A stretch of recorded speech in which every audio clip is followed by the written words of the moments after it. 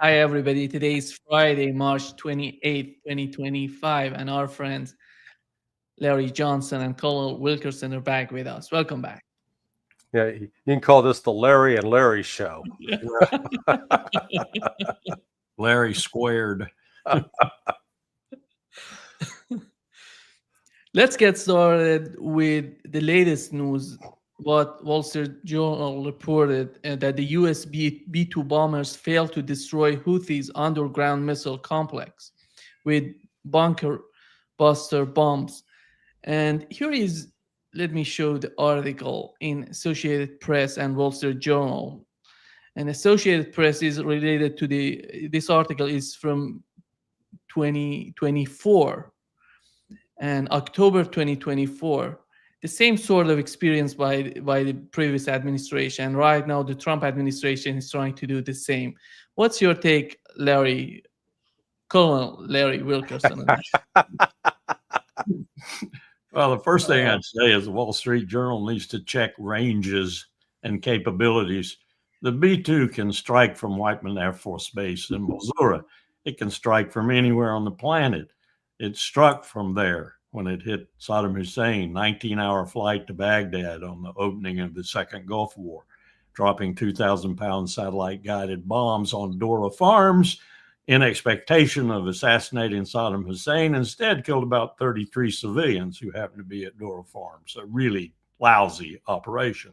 But the B-2 doesn't need to go to Diego Garcia. It's a shorter route, of course. But that just shows you how little these people know when they're talking about things like this. I think we've moved a lot of equipment around, and I think it is part of Trump's threat. He's threatening Tehran. This is typical Trump, in my view.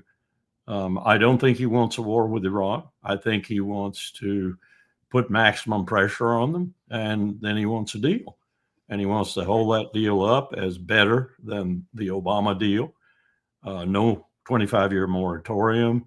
Maybe they'll even be able to discuss ballistic missiles and other things that Iran would not permit in the first round with the JCPOA. But I think Trump wants the deal. I don't think he wants a war. I think all of this is putting pressure, or he thinks it's putting pressure on Tehran. That's a bad reading of Tehran, too, but that's another matter.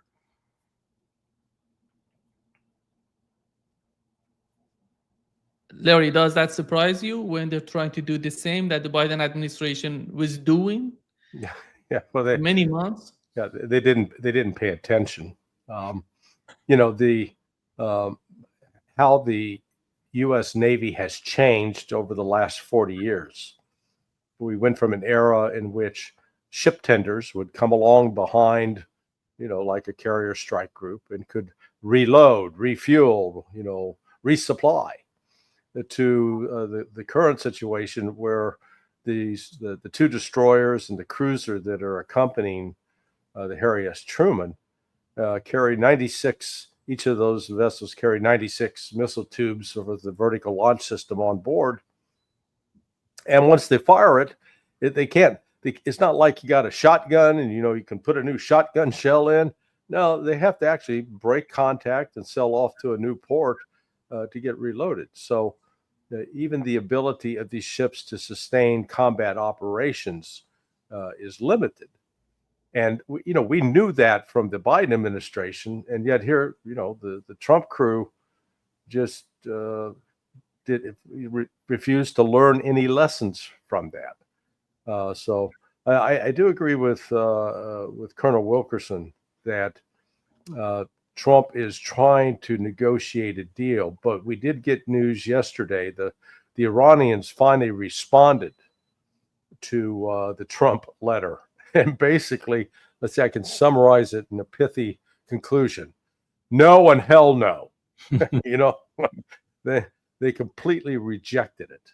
And so that's going to put the ball back in Trump's court. And, Trump with his thin skin is, maybe going to up the ante and follow through on his threats. That's what I'm worried about. I know that, Ray McGovern believes that that's not going to happen. But, when they assemble the tools like this, and again, as Larry pointed out, putting the B-52 and B-2 on Diego Garcia, that's all for show right now. But they're there and they can strike and they can, push us into the brink of World War III.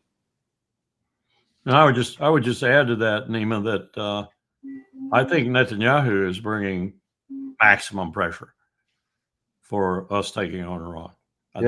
I think he sees this as the window of opportunity, and if he lets it close without an attack occurring, he's going to be truly angry, and that anger is probably being brought to bear on Trump right now through various different means.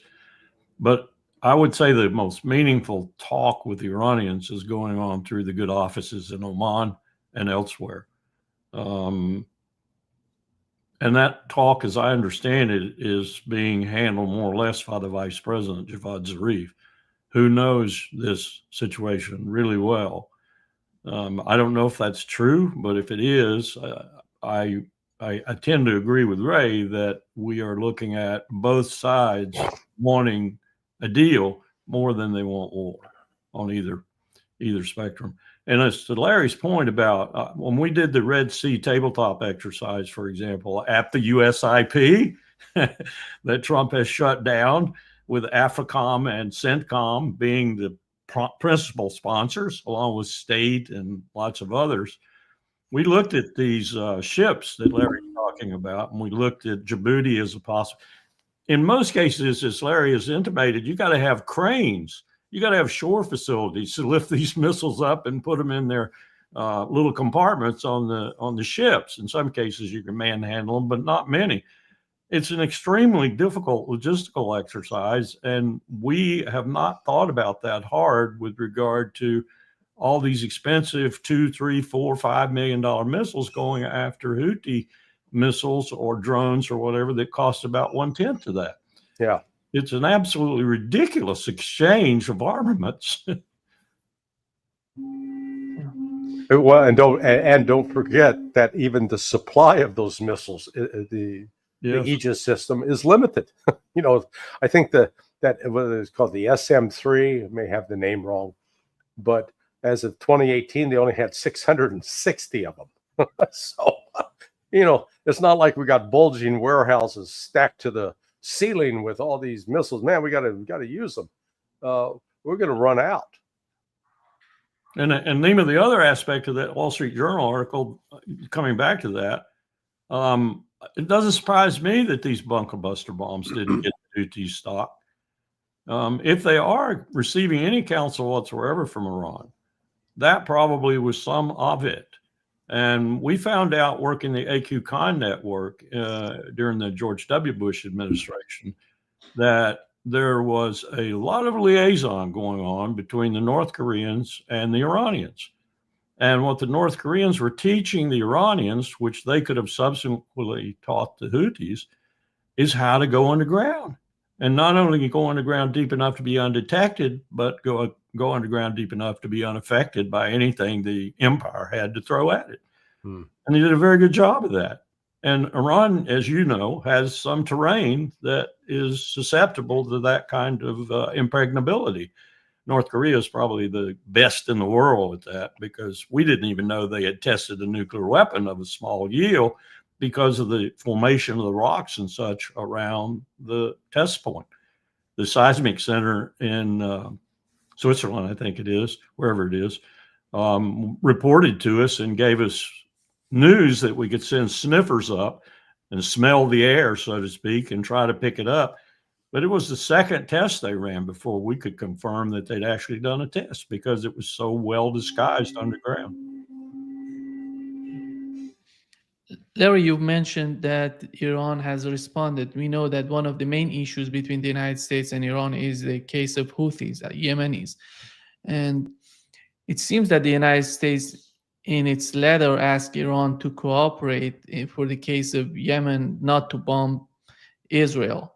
But do they really believe, the Trump administration, do they really believe in equal footing? And somehow, if you want something, you have to give something. If you have to find somehow compromise and cooperation if you want to make a deal.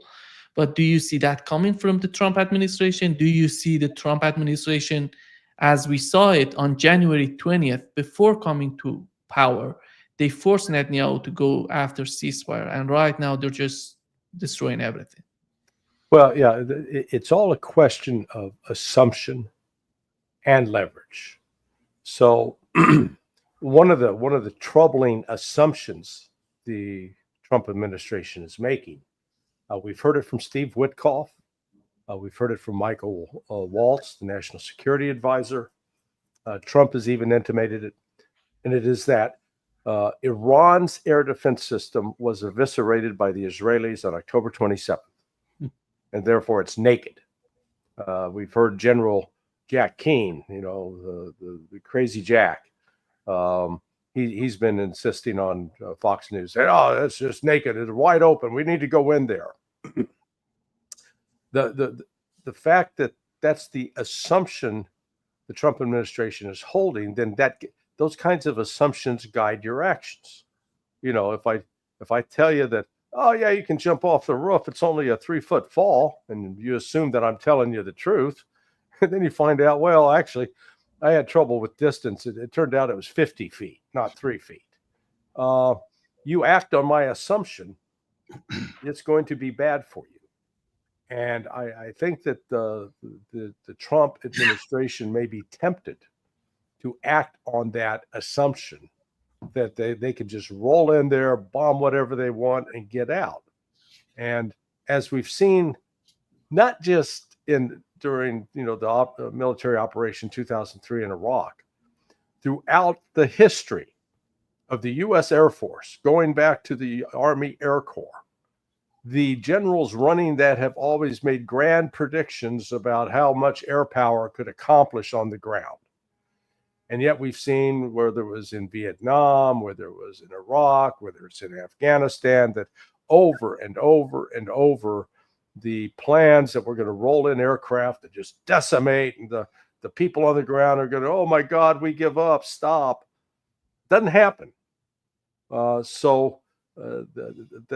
troubles me is with those assumptions, because what came out in the Al Mayadeen just yesterday, it says, number one, Iran has affirmed it's not going to negotiate directly with the United States, especially under a threat from the United States.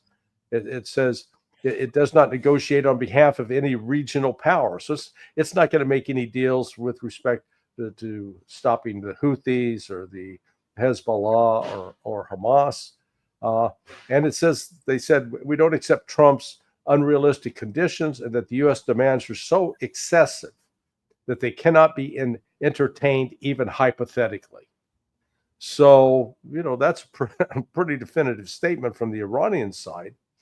And they backed it up by saying, look, you attack us, then we're going to come back and we're going to attack your bases and Israel. So, yeah, we would call that part of a negotiation process, but they're laying it out there. They're not playing around this time. Larry, your take on that? Well, I agree with Larry there. I think if we do call their bluff, as it were, we'll be very sorry we did. And I think there are a lot of players here that Larry's enumerated, some of them that were the journalists, for example, the mainstream media like the Wall Street Journal there, are not taking into account. There's so much else going on here than just a U.S. attack on Iran, or Iran working a deal out with the U.S. or whatever. It still doesn't solve the principal problem in the Levant. The principal problem is a genocidal maniac by the name of Benjamin Netanyahu, who is destroying Israeli democracy, as Haaretz pointed out vividly the other day in an op-ed by its chief editor of the English version. And it points out every day, this morning it's pointing out again, destroying its democracy, destroying its Jewish makeup. This anti-Semitism conference they just had was a disaster. It was to invite more Smotriches from Europe than, other kinds of more liberal democratic Jews. And he's resumed. Arrests carried 300 today. 300 he killed, half of whom were women and children. He's back on that kind of venue again, too. And he's got people leaving the IDF. He's got reservists refusing to show up in significant numbers now. He's going to cause a civil war in Syria, and I'm not even, or in Israel, and I'm not even sure he's killing people in Syria, too. He's given the Lebanese an ultimatum. He's going to take Lebanon here very shortly. And it seems to be what he wants. There's even one speculation out of Tel Aviv, a friend of mine, pretty smart guy, thinks that he's trying to force a civil war on Israel because he believes that he can win it. And when he's won it, he will have gotten rid of all the people that he doesn't like, doesn't want, and don't support him, and put an end to this business of having to have a judiciary that's basically decent, and other portions of the Israeli so-called state, which he doesn't agree with and wants to rid himself of. So this is a much bigger problem than just Iran, but Israel is at the center of it. And I keep coming back to this proposition that I make. I don't think, other than the Congress, which is bought and paid for by the military-industrial complex and APAC and others too, but I don't think, other than that, it's really APAC that has this influence. I think it's the empire that is using Israel to do its bidding for it in the Levant. And its bidding is chaos. We want chaos because chaos serves our purpose. We want chaos in the center of Europe with Ukraine too, because it serves our purpose. And then you ask, what is our purpose? That's a very good question. Larry, go ahead. Well, I was just going to say the other dynamic to throw in this is the comprehensive security agreement signed between Tehran and Moscow on January 17th. Now, it's not a classic mutual defense treaty, in which the Russians don't say, if you're attacked, we're going to come defend you and we'll fight beside you. However, the one section that does deal with military response is tied to Article 51 of the United Nations Charter. And the Russians basically said, they were saying, look, if you go out and start trouble and get into a war, we're not necessarily going to come fight on your behalf. We're not going to help you. However, if you're attacked and in violation of Article 51, we will. So there's that hanging over this as well. And not just with the Russians. The Russians and Chinese, about a week and a half ago, just completed the 7th annual March military exercise that features China, Russia, and Iran.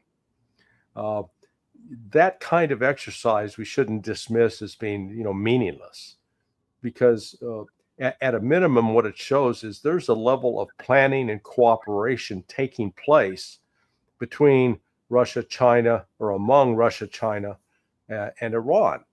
That friendships are developed among the different officers. They learn about each other's military capabilities, and I don't believe Russia and China are doing that just because they're bored and they have nothing better to do.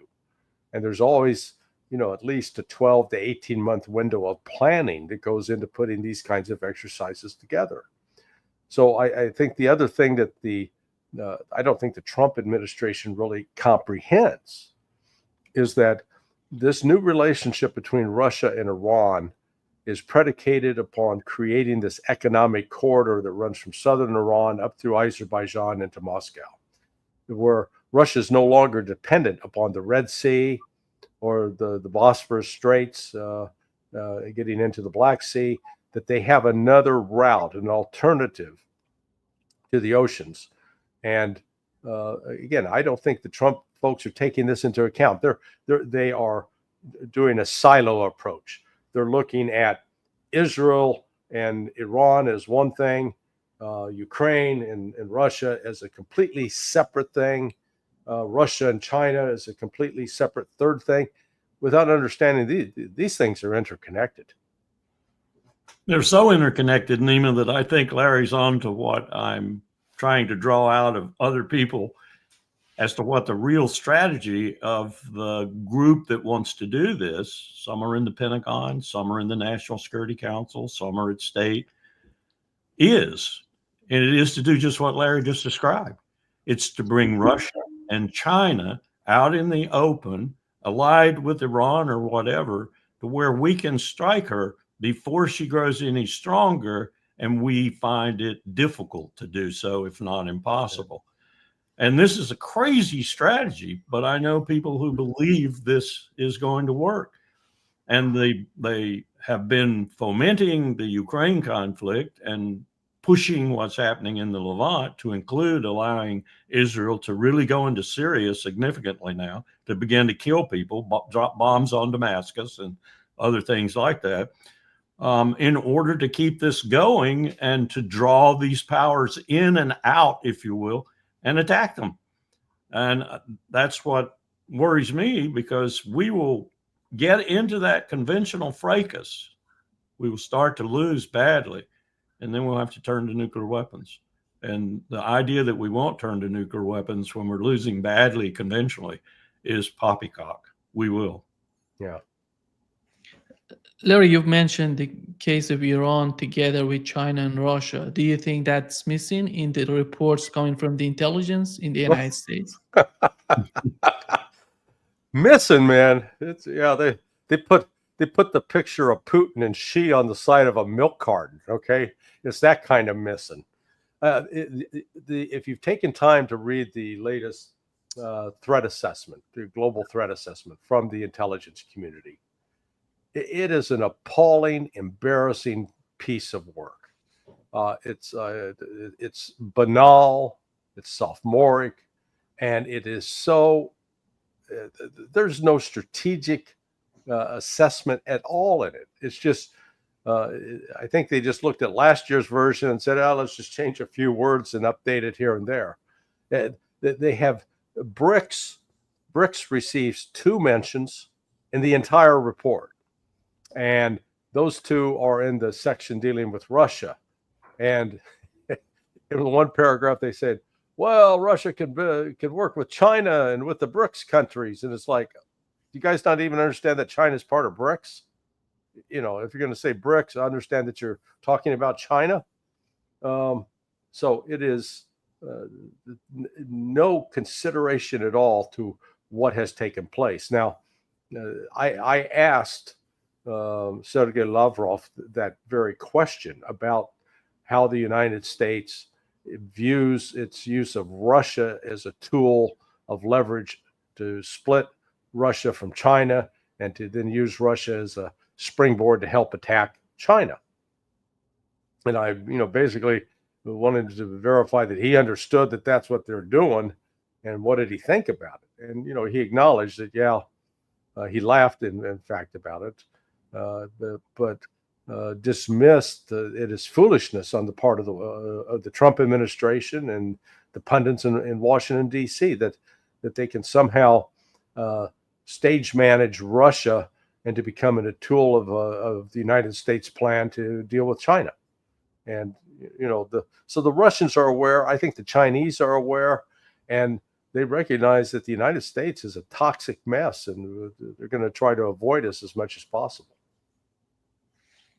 Larry, Colonel, do you feel that Putin right now is he knows that Donald Trump would be a better option to negotiate with, and he knows the importance of this new attitude on the part of the United States. But how is it going to change the Russian strategy? Is that going to change their long-term strategy in terms of the partnership between the 3 countries, between Iran, Russia, and among the 3 countries, Russia, Iran, and the United States and China? That's a good question. I'm watching Russia very carefully in terms of history. Go back to Catherine's court, and a 14-year-old John Quincy Adams was there and delivering better reports on Russia than probably our diplomats were doing. And then later, as a grown man, of course, becomes our ambassador to Alexander's court. And it was said at that time that the United States, Washington, knew more about Napoleon's movements than any capital in Europe because of his presence at Alexander's court. You might recall that Alexander was an ally of Napoleon, that he was an enemy, that he was an ally, and so forth. And Russia has this decision to make. At least since Catherine's time, they've tried to make it positively toward Europe. Which way do we go? Do we go neutral and not worry about anything? Do we go east and worry about that monster sitting on our border out there south of Vladivostok?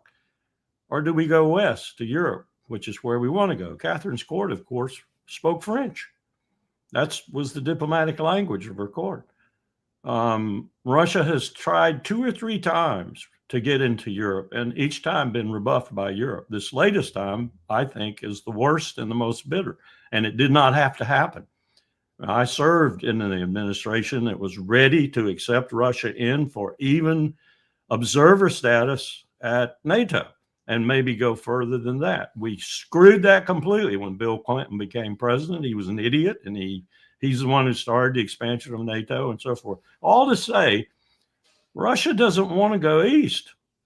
It wants to come west. And what we've done under the Biden administration, and I was hoping Trump would reverse this, and there's still a little bit of hope, is to reverse that and to get Russia back into Europe, even into a new European security architecture that would include them prominently. Do away with the CSTO, do away with NATO. Let's have a new security architecture where we have 750 plus million Europeans and Russians from the Urals in anyway, working together. We've screwed that. We've screwed that completely. So what, and I come back to the strategic question, what is Putin's decision going to ultimately be? Will Trump work a deal, a rapprochement, if you will, that over the head of Europe, because it's going to have to be initially over the head of Europe probably, that attracts Russia, accepts Russia, and brings Russia into a new European security architecture, and thus brings them away from China? Or will he force Putin to make a decision? I don't think sitting in the middle is a choice anymore.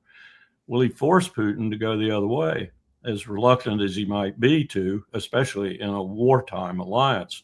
But he will if he has to, because he's the ultimate pragmatist. And if he does, then we've got what we want again. Only a much more massive enemy and a much more deep potential to go nuclear, because we're going to lose. We're going to lose. But there are people in the Pentagon and there are people in the government who see that as inevitable. Hell, there's a realist called John Mearsheimer who sees that as inevitable. We are going to fight China. John will sit at the lunch table with you and tell you we are going to have a war with China. And then when you ask him who's going to win, it gets a little difficult to go further. And I think it's going to go nuclear. And I would rather not see that. Larry, do you see the case of Iran similar to that one of Russia, or you find it totally different from what Colonel said? Well, Iran is tied up in our national security mythology. We've created Iran as this great monster, the number one threat of terrorism in the world.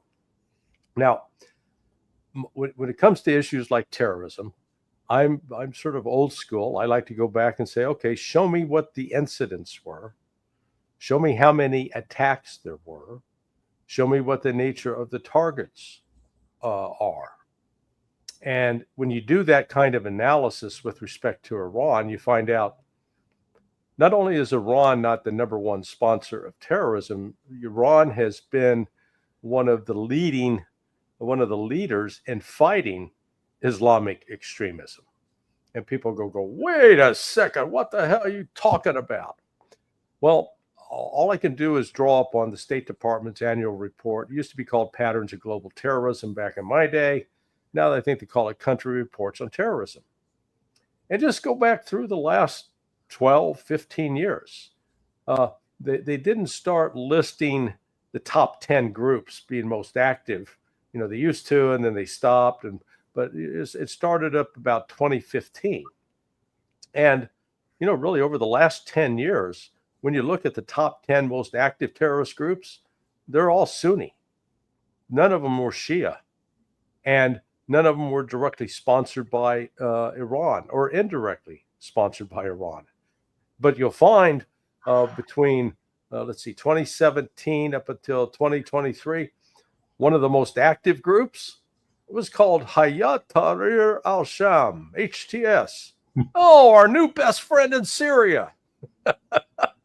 Yeah, there was an actual guy that was actually killing people, actually committing terrorist attacks, and actually getting recorded by the State Department. So this demonization of Iran ignores what I'll call our complicated history. You know, you go back to January, February of 1981, Ronald Reagan's freshly in office, and in comes the CIA with the Israelis in tow, saying, "Hey, Mr. President, can we sell weapons to Iran?"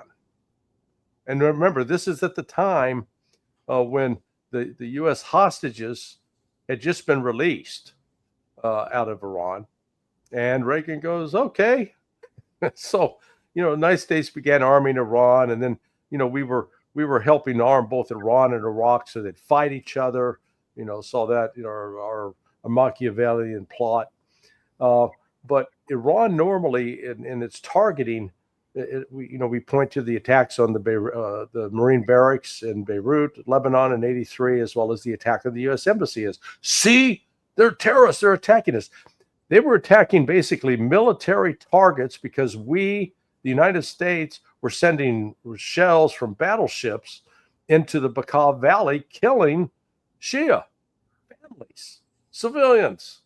So whenever over time, Iran has had a pretty actually clear-eyed vision of what they're doing when they carry out violence against us, we're the ones that are confused. I got to deepen and echo that 100%. I used to sit there and look at the state sponsors of terrorism report as it came across my desk and call my contact in the White House and say, "How come you got Cuba on here? How can Cuba, Cuba hadn't sponsored a terrorism act?" And then I would say, "How come you got Iran on here?" And I would not quite as deeply as Larry did, but I'd go into some of that. Well, you know what politics dictate. Mm-hmm. A largely political report in many respects. Yeah. Colonel, you mentioned the case of Russia, but when it comes to Iran, how do you find the strategic view of the Iranian leadership? What do they want? Do they want to be closer to the West? Do they want to be in the middle? Do they want to be closer to the East? How do you see it? How do you summarize it? They want the sanctions lifted. That's the first thing they want. I think they were really frightened by the women's movement, as it were.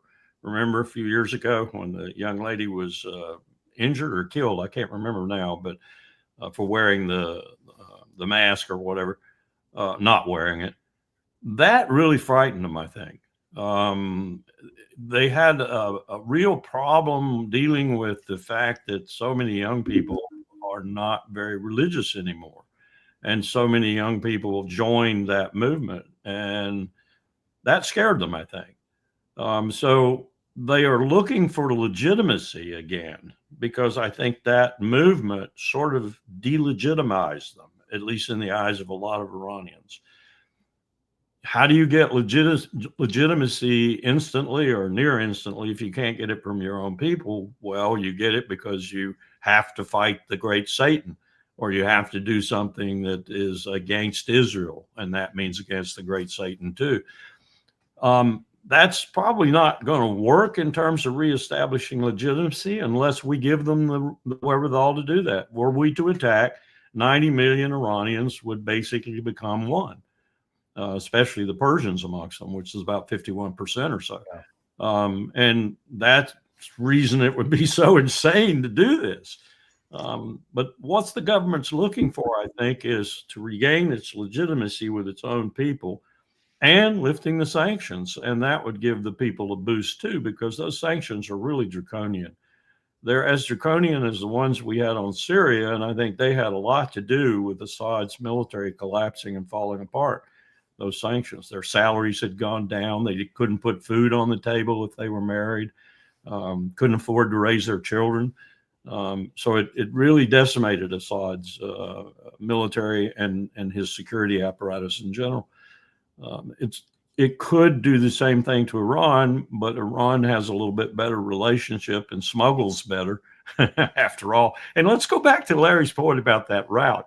That route is the same route that we use to send as much materiel to the Soviet Union, especially when Stalingrad was threatened, as we sent through Murmansk. That route was a tremendous supply route, and we recognized that at the time. And the Iranians, although they were closer to the Nazis than they were to us, they could not at that time really contest that route on its flanks because they just didn't have the wherewithal to do it. But that's what we're trying to do again. And that's what the Russians and the Chinese and others, with Central Asians in particular, would like to do. So as Larry said, they don't have to depend on the Suez Canal, the Red Sea, or any place else. It's a land route. It's a famous land route. We revived it for World War II, but it was there when Alexander the Great was tromping around in that region. Yeah. So Iran has got a lot of different perspectives going for it. Some of them are positive, some of them aren't. And then Larry didn't mention this, but I will. That flanker Su-35 new equipment training team is about through with the first group of Iranian pilots for those airframes. Yeah. I'm sure they're going to be more and more and more. It's not going to stop there. They're going to update the Iranian Air Force so that it is as capable, and that is quite capable, as its ballistic missile force, which is, as Larry said, formidable now. And a lot of that goes back to the North Koreans too, and to the AQCON network and the things that were going on at that time that I had visibility in. They learned a lot of lessons. And you talk about destroying the Persian Gulf in terms of oil coming out of Saudi, Ras Tanura, or wherever. It'll stop virtually. Oil will go $300 a barrel a day. I've done this simulation in Beijing. I know. Went to $300 a barrel a day. Almost, we took out Ras Tanura in a simulation with a terrorist attack. Al Qaeda, we said at the time, because that was very topical. And it went to $300 dollars a barrel a day. West Texas Intermediate, Brent crude, didn't matter what it was. And insurers wouldn't insure and shippers wouldn't ship. And Iran could do that in one fell swoop. Yeah. And talk about Riyadh being behind the power curve there. They could make a mess really quickly. Larry, do you think that there are people who are confusing the case of Iran with the case of Syria? Yes. For me, it's unbelievable to think of Iran as the case of Syria. How do you find it? Well, that goes back to the other, assumption that the Trump team's making. Because I have heard this, they really believe that the Iran, all we got to do is provide a little more pressure, that the economy's tough, that there's no political support for the mullahs, and if just a little pressure, it's going to break apart, and it'll fall apart quickly, just like it did in Syria. Now, and the ones that say that aren't paying attention to what's going on in Syria right now, because that's not a good solution. That's a mess. And while there may be, if the desire is to create chaos, okay, mission accomplished. They've got chaos. But this assumption that Iran is a fragile, brittle political and military structure, I think is, again, a dangerous assumption. And going back to the notion that the Israeli attack on October 27th decimated the air defense systems, I ran across a YouTube about a month ago of this kid, American kid from, he travels around, he just does travel logs. And he's not political at all. He's basically saying, oh man, this is great hummus, and boy, you can get this for, it's just for tourists. He happened to have been in Tehran on October 27th when that attack took place. And he was just reporting what he was seeing out of his window, like, good grief. He says, look at all these missiles getting shot down. So he was providing some eyewitness independent confirmation that Iran's air defense system, both buttressed by Russia as well as of its own creation, because they've got a pretty formidable aware of scientists. Or, well, wait a second, you're Iranian. You know that's not true. Iran's not technical capable. They don't have very good scientists from Iran. Yeah, I mean, so I'm being sarcastic.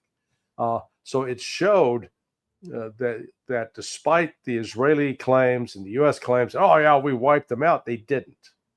So Iran has got, I think, enough technical skill, and then this opening now that's with Russia, because they're going to circumvent the sanctions, and the opening with China. Iran, by becoming part of BRICS, has basically said, okay, we're done with the West, as is Russia. Russia's in the process of doing that as well. Let me just amplify what Larry said.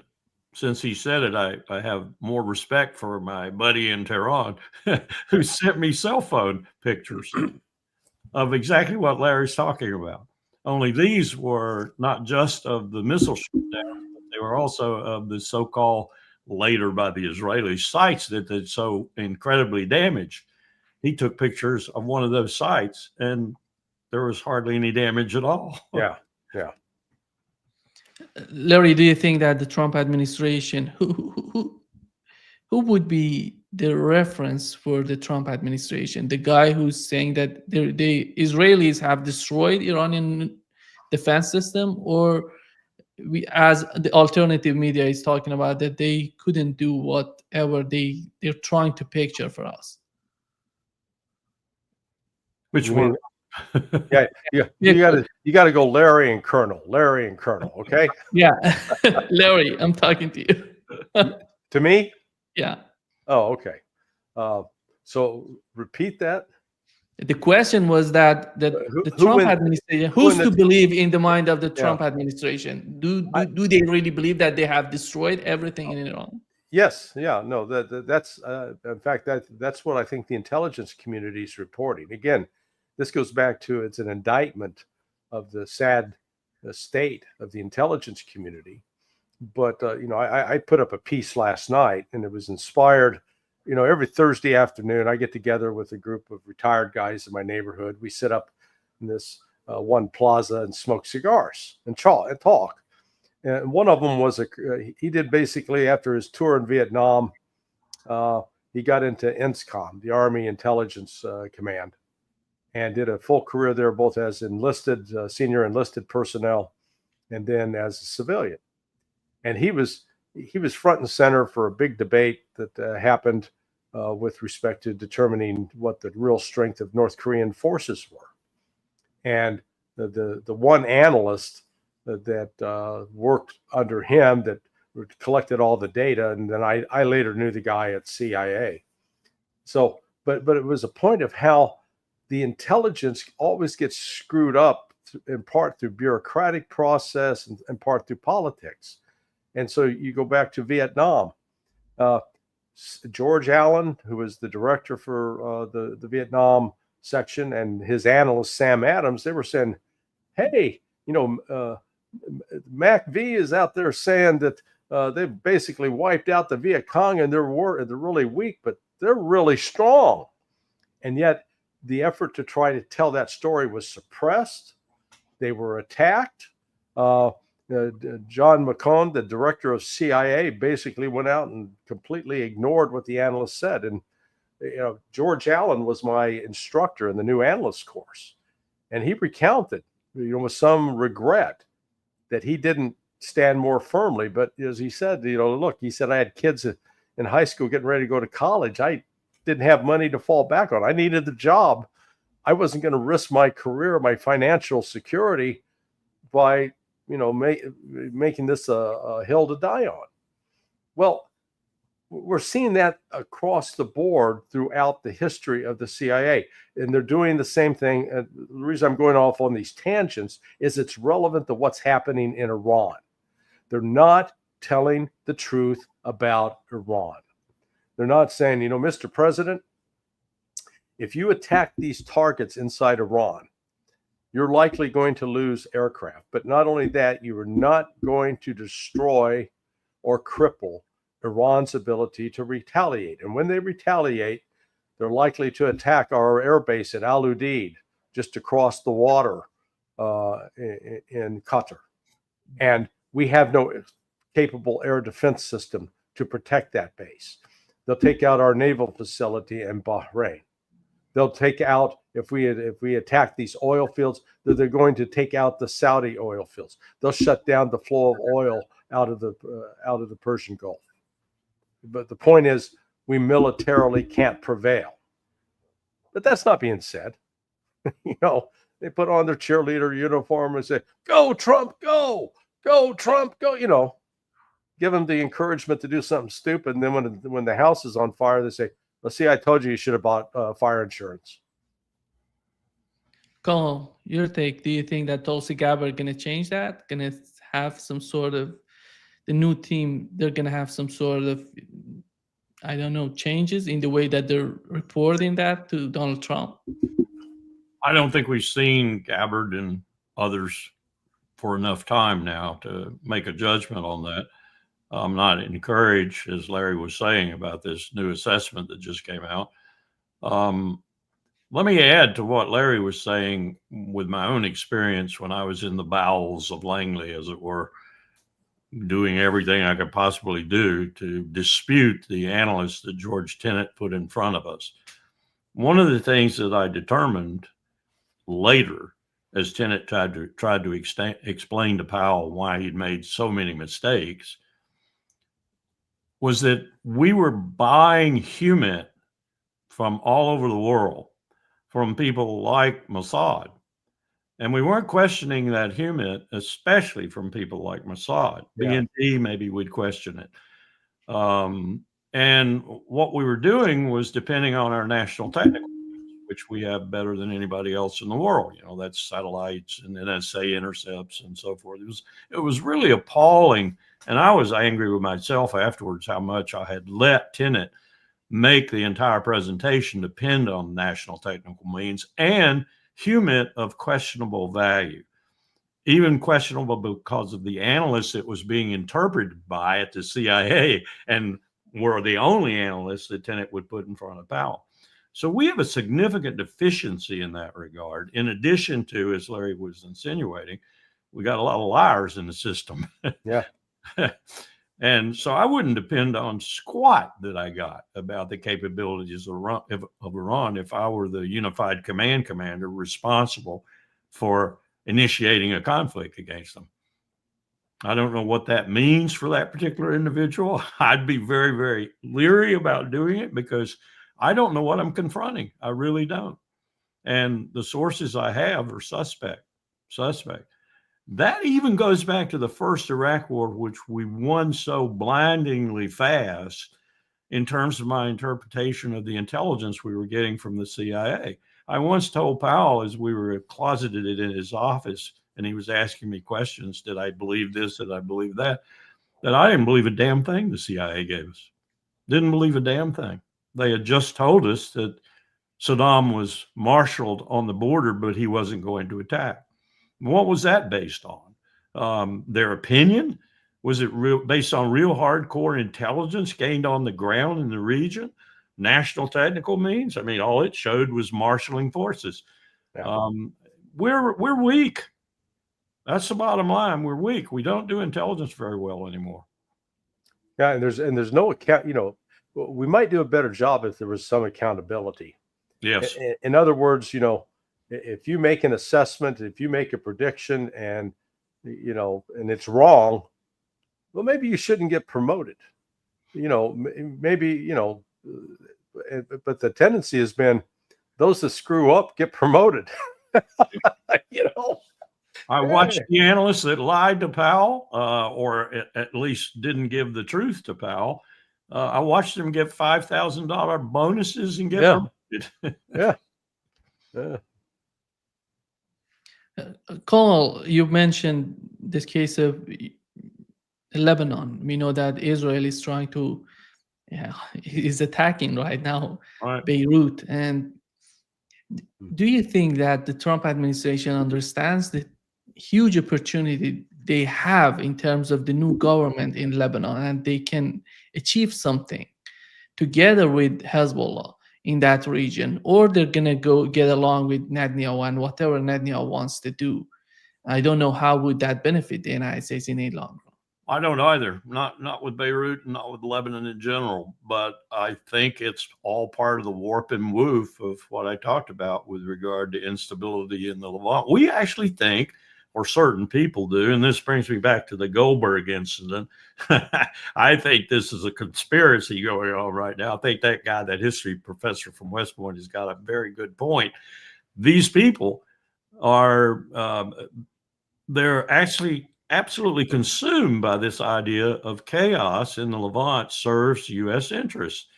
And that means every country there. Eventually, it probably means even the other Arab states who are so solidly, supposedly with us, like the ones that had a lot to do with 9/11 in Saudi Arabia.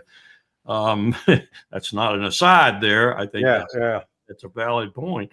So I don't know that those people are in ascendancy in the Trump administration, but it looks to me like they've still got a lot of influence, a hell of a lot of influence. Call them neoconservatives, call them the right wing of the Republican Party, whatever label you want to give them.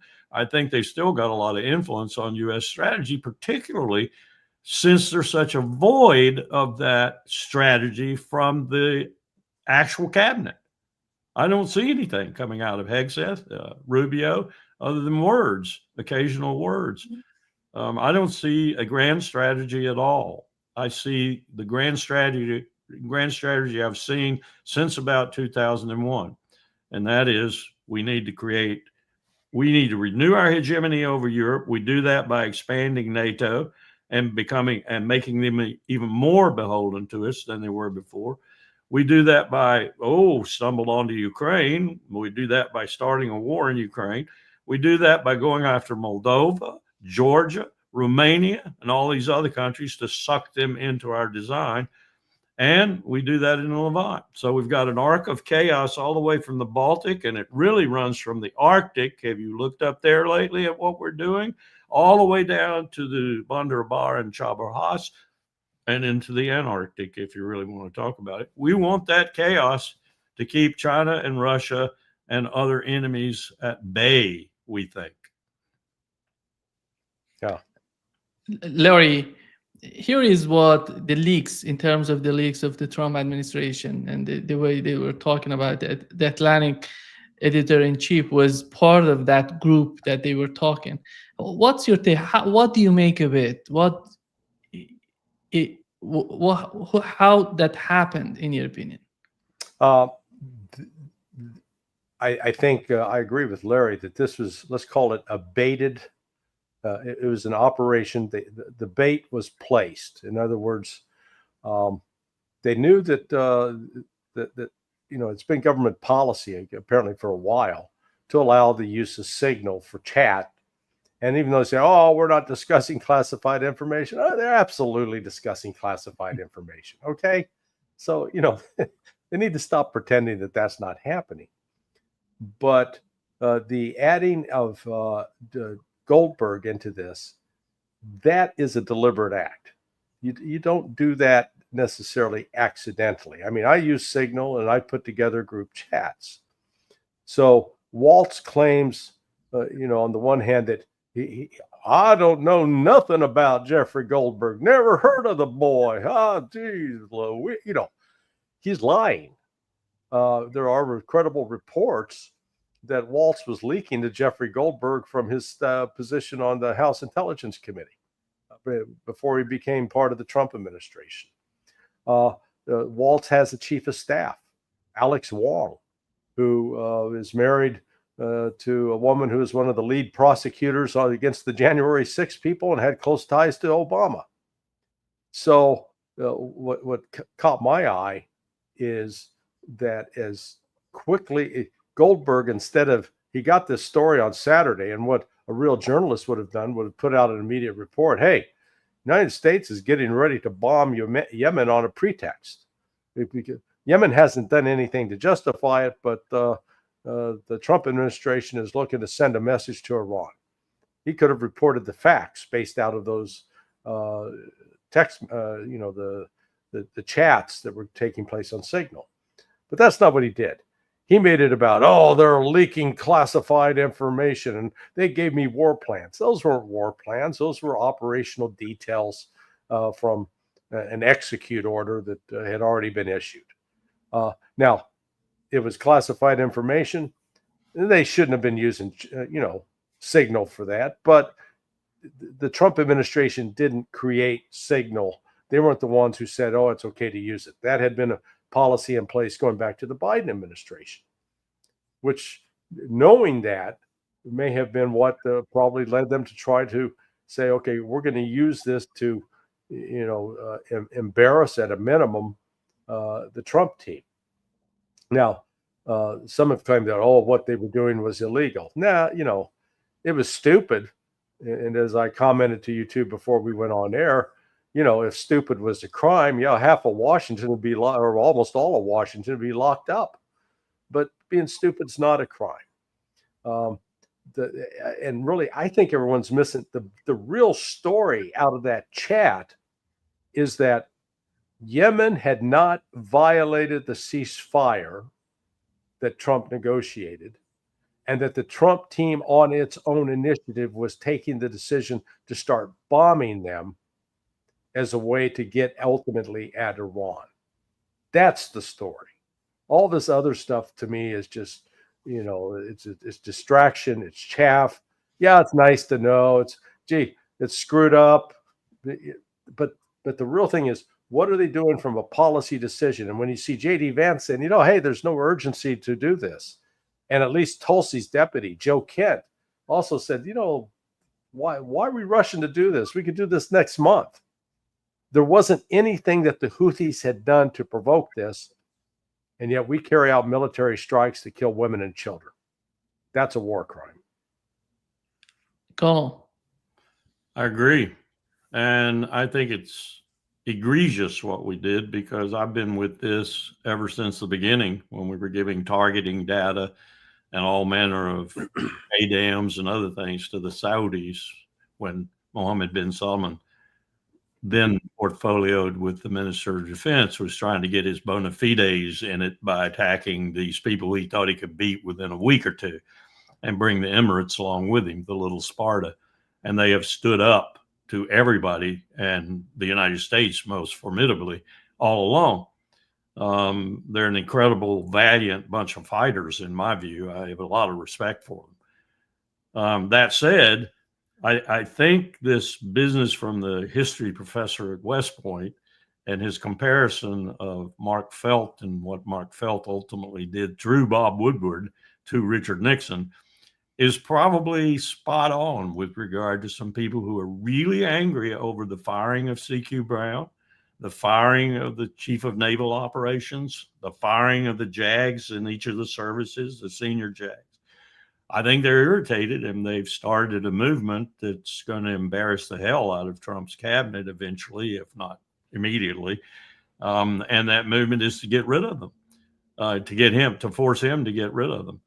Ultimately, the NSC staff, too, still has, as I understand it, people on it who linger, who are, in my view, and I won't mention any names, but there are a couple of names that you would recognize immediately, who are still there from the neoconservative past, if you will.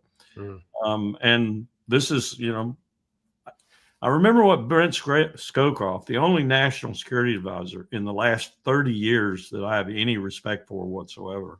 Yeah. He came in and he let them all go. Every single one. And even Powell, who was chairman at the time, said, or Powell wasn't chairman at that time. It was a discussion we had later, because he didn't come in until Brent had been there for about a year. But Brent, he essentially had the view that you don't want anybody lingering. And so he got rid of everybody, and maybe some of them he hired back. In fact, a couple he did hire back, but he vetted them before he hired them back, or his deputy did. That's a very important thing to do, because this is rapidly become, since World War II, but in the last 30 years in particular, with the principals group, the deputies group, the statutory NSC, the decision-making process for the President of the United States and for America. because the cabinet is no longer really consulted, except as its prima donnas, its top people and its deputies come into these different committees that compose the decision-making apparatus. It is not cabinet government anymore. That's a fabrication of the past. It hasn't been cabinet government since FDR, really, but now it is government by the White House. And so you got to make sure that you vet those people really closely. And they didn't. They did not. I've checked on that. They simply did not. There are people there who probably would love to bring the Trump administration down. And there are people who are going to be trying that throughout these 4 years, I guarantee you. And this seems to be the first shot across the bow. Larry. And by the way, Jeffrey Goldberg is just a sort of smarmy character to be a part of that. Yeah. On behalf of Bibi Netanyahu, probably, but yeah. Larry, you mentioned J.D. Vance, and in one of the parts that he's just putting out his comments, he said that Europe is much influenced by what's going on in the Red Sea. We're not that much influenced. Do you think that he doesn't consider that the whole thing is happening because of Israel? It's not all about the trade.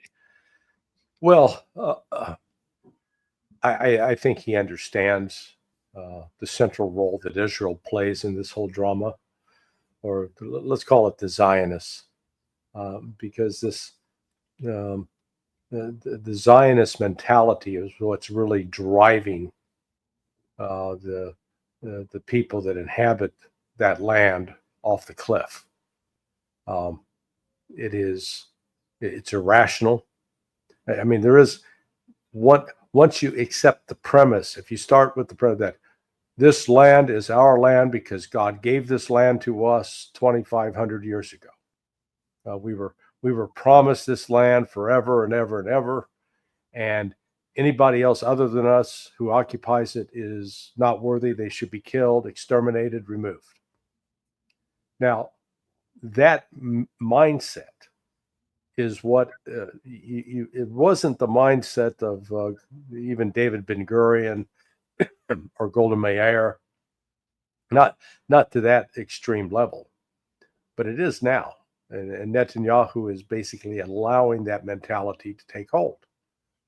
And what makes it so dangerous is that you've got this group of evangelical Christians in the United States, people like Mike Huckabee, and hell, Pete Hegseth, Secretary of Defense, who embrace that nonsense.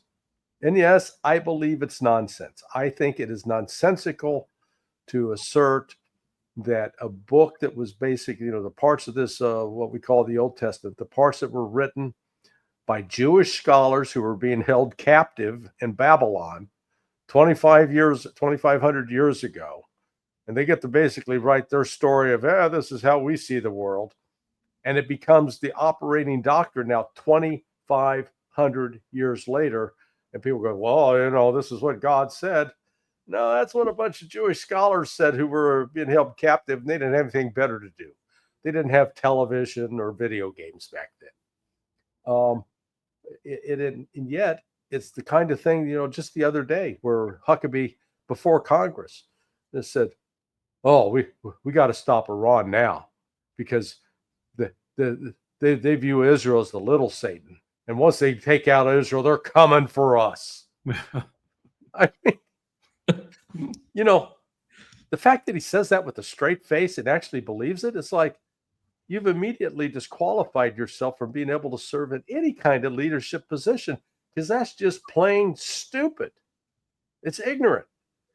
But everybody nods along. Yeah. And you had Tom Cotton and Pete Hegseth at his confirmation hearing, man, rubbing butter on each other's rear ends about, I'm a Zionist too. I'm pro-Israel. God, it's a curse, and it's gonna make some bad things happen if we keep tying ourselves to that. Tom Cotton, Nima, could have stood at the creek at Wounded Knee and commended the troopers. Yeah. I mean, that's what Tom Cotton is. and others like him, Josh Hawley, the whole group of them. Colonel, do you see the possibility of the United States using nuclear bombs against Yemen or Iran? Because right now, Scott Ritter is trying to say that they can go in that direction, the Trump administration. But do you see the possibility of that? I certainly hope not. I wouldn't put anything past the empire these days. I wouldn't put anything past us. Develop some sort of Moab that has a half KT in it and exploded underground with a penetrator, of course. I wouldn't put that past us, but I hope not. I pray not. Yeah. That genie, Lavrov was right, and others who've postulated on this. When you start, you have to finish. You know, there might be some scenario under which I would agree that, okay, you can use an INF treaty banned weapon, for example, with a nuclear warhead, a tactical nuclear weapon. I always thought that was a stupid term. I used to tell my sink in the Pacific, that's a stupid term. Every freaking warhead that's nuclear is strategic. Yeah. But maybe you could do that and get away with it because the world would be so appalled. You yourself would be so appalled. Those you've done it to would be so appalled. The UN would be so appalled. But look what Bibi's done with this genocide. Look what he's done. If I were the Secretary General, I would have already kicked Israel out of the UN. I'd already taken the General Assembly vote to do just that, transfer it over to the Security Council. And if the Security Council couldn't do it because of a U.S. veto, I'd make a diktat as the Secretary General just to stand up on my soapbox and do something and tell Israel, don't darken the doors of the United Nations again. Wanted criminals, et cetera, et cetera. But I just hope that doesn't happen because I'm of the camp that once you start, it's hard to stop. Mm-hmm. Larry, go. What's your take? No, I agree. I agree. This, unfortunately, there's always an assumption that somebody rational who's using logic and empirical data is in charge of making the decisions. And invariably, it turns out that it's not that organized. And there's a lot more serendipity and chaos involved. So that, what I share Larry's concerns that this thing could get out of hand very, very quickly. And the reason, I think the fundamental reason, again, goes back to this question of what are the assumptions? What are the beliefs that the Trump people hold with respect to what's going on the ground in Yemen, what's going on the ground in Iran? So if you arm yourself and believe in a fairy tale, then you're going to act on that fairy tale, even though it's, by taking those actions, you're going to actually make the exact opposite thing you're hoping to achieve come to pass. They think that by using violence, they can finally force Iran into a surrender. That's not going to happen. And that's why I say, we don't even look back at our recent history. We tried military force in Iraq in 2003. And how did that work out? I mean, we had every military advantage a country could have in terms of manpower, in terms of equipment, in terms of air control, in terms of intelligence. And yet we were incapable of stopping the fighting and getting actual control of the country. And Afghanistan, good God, we were there for 20 years. And again, fighting guys who were carrying rifles, pistols, maybe a heavy machine gun or two here or there, maybe a mortar here or there, but not with the sophisticated intelligence collection, not with an Air Force fixed wing and rotary wing, not with tanks, not with artillery, none of the advantages that we enjoyed. And we couldn't close the deal in Afghanistan. So now we're supposed to believe that we can launch a flight of B-52s or B-2s, and all of a sudden it's going to solve the situation in Iran. My God, at some point we need to say, you know what? We're throwing this recipe away. It doesn't work. Larry, if they do that, let's assume that, what would be the long-term consequence of that? Is Iran going to go after nuclear weapons? How is that going to change the face of the Middle East? Are the other nations like Turkey are going to think of it, in your opinion? You talking to me or to Colonel Wilkerson? Yeah, to you. Oh, I think something happened with the connection of Colonel Wilkerson. He's going to be back. Oh, okay.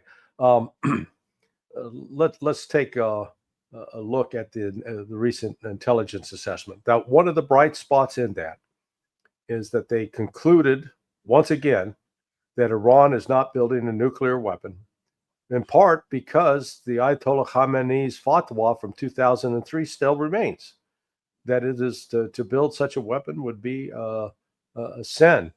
It would be blasphemy before God, before Allah. And that's the good news. Yet, at the very moment that that's published, that's the view of the intelligence community, what's Trump saying? Oh, they're trying to build a nuke. So you got Trump rejecting the what the intelligence is saying, and so that's what the danger is here.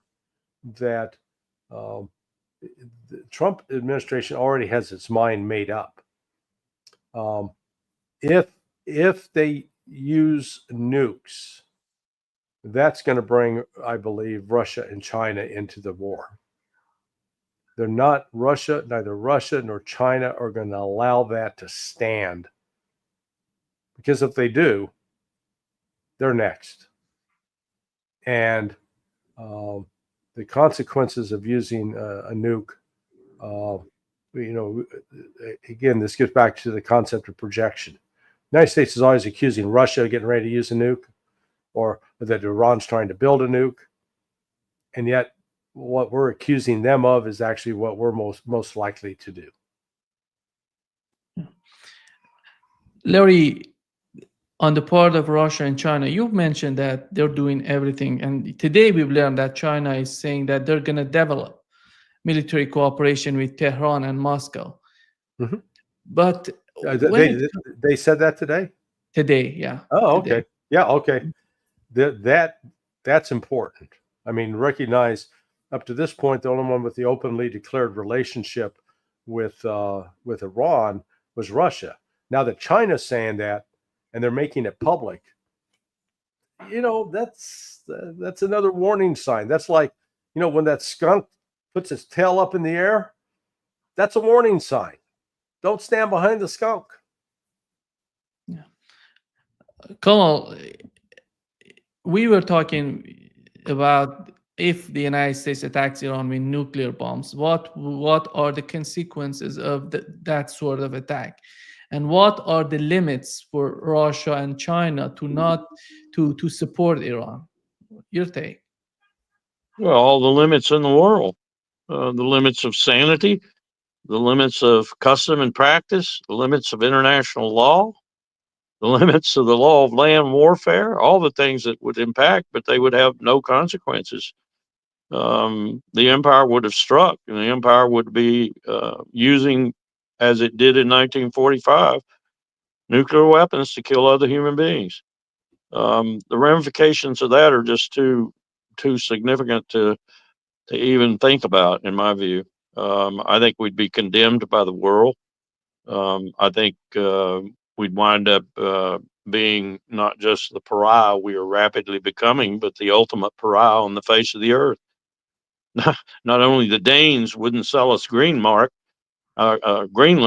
we wouldn't be able to walk anywhere in any capital in the world with anything but disdain and spit accruing to us. I can't imagine we would do it. I know we've sunk pretty low of late, but I just can't imagine we'd do it. I can't imagine Trump would do it. I mean, I know he's got lots of warts and lots of problems, and braggadocio is incredible. He has no grasp of diplomacy, but I don't think in his heart of heart he's a war maker. This would be the ultimate war. By the way, that had to be the NSA that did that to me. Yeah. I can't think of anyone else. My screen now is completely blank on my computer. What has happened to that? Brand new computer. It's completely blank.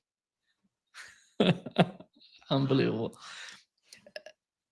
Larry, do you believe that if something big happens, do you think that Russia and China would support Iran?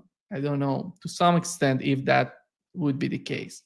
Yeah, no, I think with the statement that the Chinese, you just referenced, that they publicly stated, hey, we're essentially going to help defend Iran. That's the essence of it. Now, whether that means they're actually going to mobilize forces and move troops and such,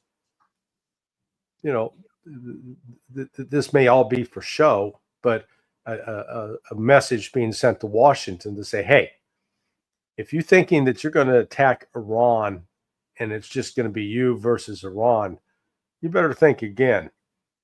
You got Russia standing there, you got China standing there. We're backing up Iran.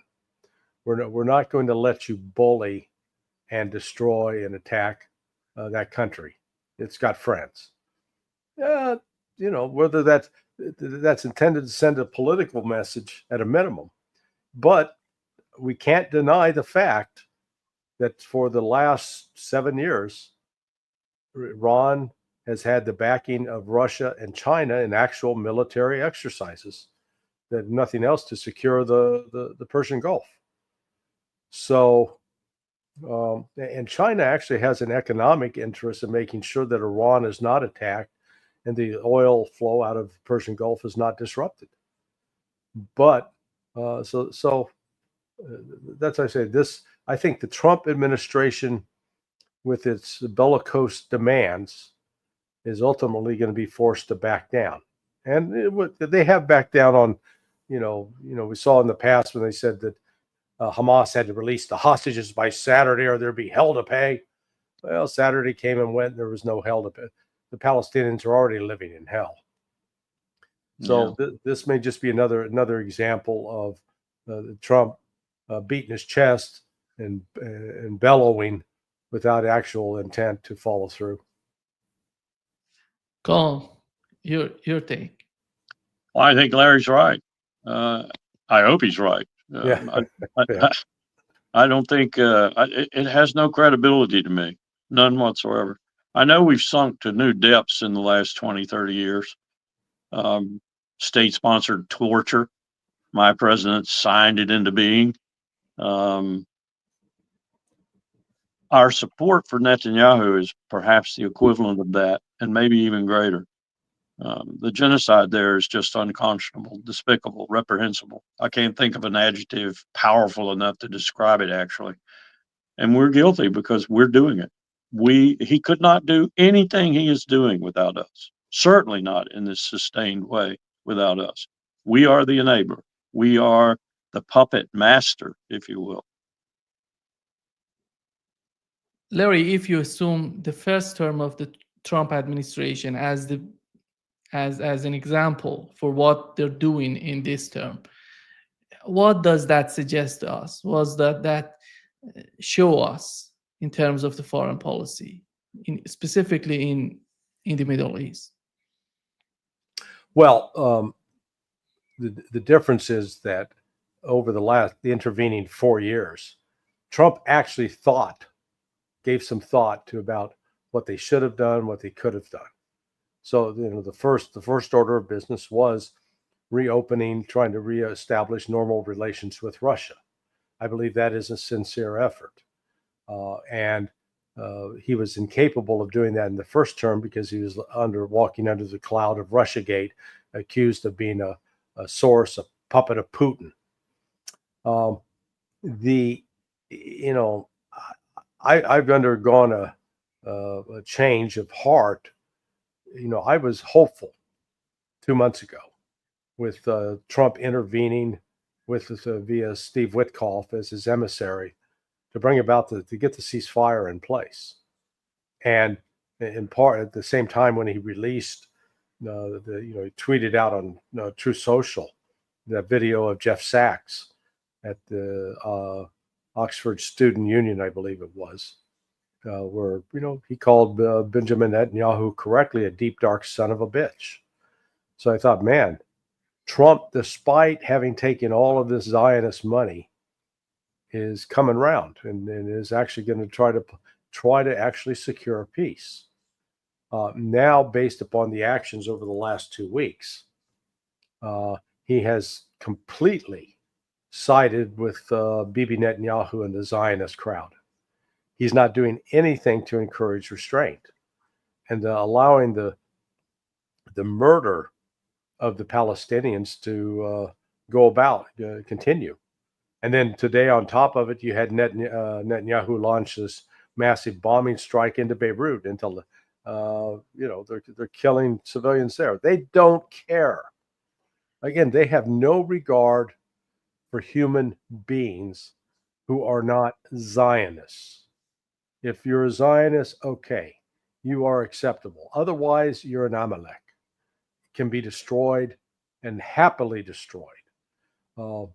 They're killing in the way that the Nazis were killing Jews in Poland and in Ukraine.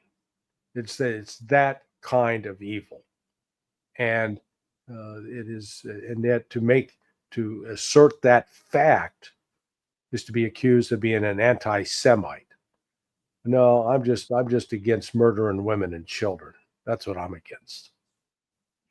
Be careful, Larry. They're going to take you down now too. Yeah, that's why I got an iron door with a massive lock. They have to bring the tank to break in. By the way, Nima, you heard the story of the 4 GIs or 5 GIs or whatever that died in I think it was Lithuania. Yeah. No. You know what I got on that? I got that it was an M88 VTR, Vehicle Track Recovery, which is one of the heaviest armored vehicles in the world. And it went into a swamp on the border there, and it just sunk, which is very believable. And you couldn't get out in time. So I don't know if that's the truth or not, but at one point they were trying to manufacture that into an incident to blame on Russia or Belarusia, one of the two. Larry, did they recover any bodies?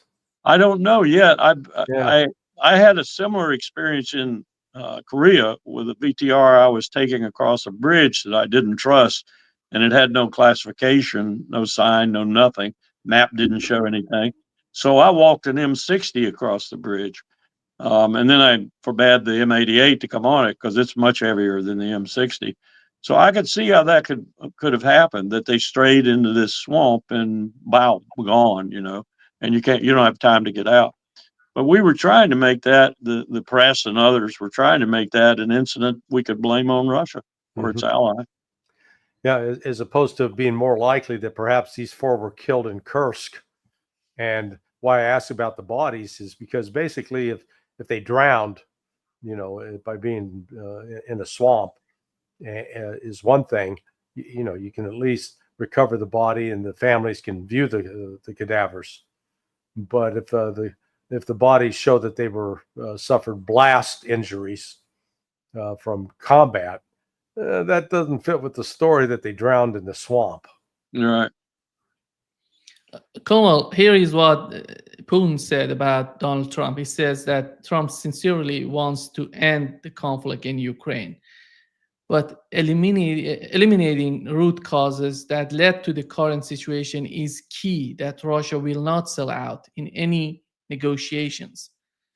And do you think that he's feeling that Trump is somehow putting pressure on them to to get along with the terms that the United States is putting on the table, or he's just saying the way that he feels right now? You mean Trump putting pressure on Zelensky? Is that or NATO? On Putin? Oh, I don't. You're asking me to crawl into Trump's head. I can't do that. That's an obscure area to me. I can't. I just can't do that. As Larry said, I think Woodcock is. He's a calm voice. He's almost a diplomatic voice. I know he's principally a businessman, real estate. But compared to the rest of them, he's calm, diplomatic in his nature. But I don't think he knows squat about Russia. And I don't think he's made a thorough study of how we got to the point where we are and how the empire is principally to blame for it. The empire and NATO, its vassal in this process anyway. And look at what the NATO people of consequence want to do still. They want to keep this dude going. They want to stoke the fires and keep it going. They're like Starmer. You got to be behind us, though, U.S. But nonetheless, they want to keep it going. So were I Putin right now, I think I'd go ahead and listen to my military. I'd go ahead and take Odessa. I'd cut off any access whatsoever that the rump Ukraine has to the sea, to the Black Sea. And I would stick with my other principles. I want all the land that I've conquered. I want the oblasts that I'm concerned about, even if I haven't taken them, but it looks very much like I will in the next few months, if not less. So, stew over it, people. I'm ready to stop. You're not ready to stop. I'll just sit here and manage what I've got. Larry, considering the latest interview of Witkoff with Tucker Carlson, it's somehow a fresh air in terms of the foreign policy of the United States, considering the case of Ukraine. But you feel that the history, the background is missing in the way that Witkoff is picturing this situation. He has a beautiful structure, but he tries to build the structure on no foundation. You don't see the background of him being involved in the way that he's trying to picture the situation. Yeah, no, he doesn't. He doesn't understand. In his view, hey, you got these two opposing parties. They got some differences of opinion. Hey, we're gonna each side's gonna have to make a little concession to the other, and that's why we'll get a deal. I mean, that's how he's approaching it, and it's naive. I admire his optimism. The fact is otherwise. Putin is not going to make a single concession. And the West needs to understand that. He's made it clear that the territory that Russia has, that's not just occupied, where the vote has taken place in Kherson and Zaporizhia, Donetsk and Luhansk, that these are now part of the Russian Federation. It ain't going back, not being returned. And Ukraine needs to withdraw from Russian territory immediately. That's number one. Number two, there have to be elections. And Putin just put out a proposal last night for UN supervised elections in Ukraine because Zelensky is canceled elections, is illegally occupying the office, and is not someone that Russia can negotiate with because he doesn't have a legitimate voice. That NATO will ensure that got some feedback there. That NATO will ensure that there will be no membership for Ukraine ever, and finally that the West suspends its military and intelligence assistance to Ukraine. Those are Russia's demands. They're not saying, okay, yeah, we can give up. No, they're not backing off of that. And that's what Witkoff fails to understand. And Putin, in a couple of speeches, one last Thursday, a week ago Thursday, and one yesterday, he was on board a submarine. He's made it clear.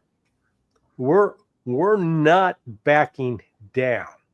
And in fact, if Ukraine does not accept this sometime within the next, let's say by by the middle of April, then Russia's the new demands on the table were called Novorossiya, Odessa, Nikolaev, I think it is, and Donetsk, Lugansk. well, not just Donetsk. It's all territory that's east of the Dnieper River and includes the west bank of the Dnieper, which means Kiev. Yeah, Russia will ultimately take control of Kiev, because Kiev is ultimately, it was a Russian city 1,000 years ago, more than 1,000 years ago. So, like I said, Putin's moving in this direction, and I don't think Witkoff understands that. it's Kharkov, Dnipropetrovsk, and Odessa. Right. Yeah. And Cole, we had a summit in Europe and again in Paris. And do you understand what Macron is trying to do? Is he trying to get along with the Trump administration, or is he trying to make a new movement against the administration in Washington? Again, I can't crawl into Macron's head. I certainly can't tell what he's trying to do, or Starmer or Friedrich Merz, either one. I can postulate that they are very angry with the United States, that they have decided they are going to illogically and notoriously stupidly build out their own defense complex, for which they will dearly pay in the polls and ultimately in their power, because Europe is getting ready to change, and it's going to probably, despite the stupid systems like Germany has, probably change in a way that's populist. That is to say, the majority of people will actually support their government, and the majority of the Europeans do not want this. Thank you very much.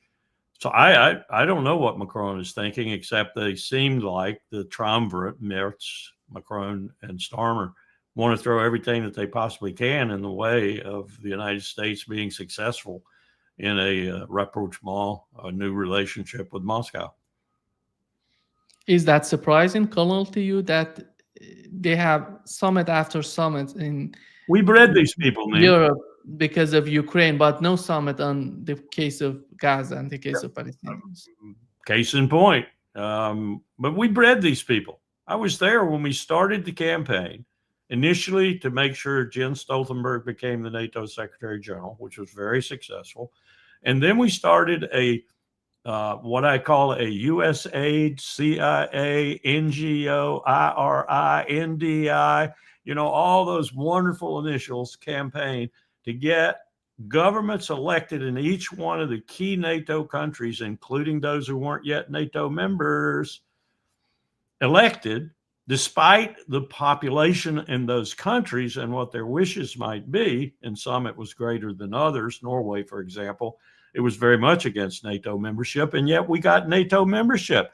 We got it because we engineered their governments. Very carefully, we engineered their governments. Well, that engineering is going to come unraveled. I know there are systems like those in Germany, the system in Germany that kind of cemented in place because they can't form coalitions that represent the majority of the German people. And that's a real problem for Germany. But I think it's collapsing, and I think NATO's done, toast. And I think we need to be very careful about how we pick up the remains and try to fashion them in our national interest. And I'm not confident this administration is capable of doing that.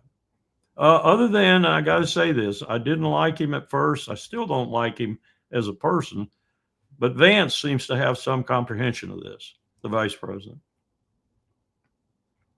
Larry, do you think that's the case about Vance? Oh yeah, no. Well, Vance, I think Vance's instincts are more solid than Trump's in terms of we don't need to get ourselves embroiled in these foreign wars. And again, he's not a combat veteran. I don't think he got a combat infantry badge as a result of his service in the Marine Corps. But I think he saw enough to recognize that, you better have a pretty good reason to put U.S. military personnel in a position where they're going to be killed or wounded. And if you don't have a good reason for that, you shouldn't do it. And a good reason means that the actual security of the United States is at risk. But I think J.D. Vance is a bit of an outlier in this. Yes. And so, he's not politically stupid. He's not going to go out and set himself on fire and, in opposition to everybody else. But, as Larry was, not inclined to do, how do you climb into Trump's head and figure out what Trump's actually thinking? What is he, he says a lot of things out loud that don't necessarily reflect actions he's going to take. But we also know that he has been notoriously careless in his selection of personnel. And he is, not necessarily selected those personnel as part of a broader strategy to accomplish certain objectives. He wants to be the peace president, but right now he's enabling genocide. Yeah. Larry, Colonel, do you have something to add before wrapping up? No, I was just going to say I got to take off. Yeah. Thank you so much for being with us today. Great pleasure as always, Larry and Larry. Yeah, hey, it was always an honor to be with Brother Wilkerson. Likewise. Take care. Bye-bye. All right, bye. Take care.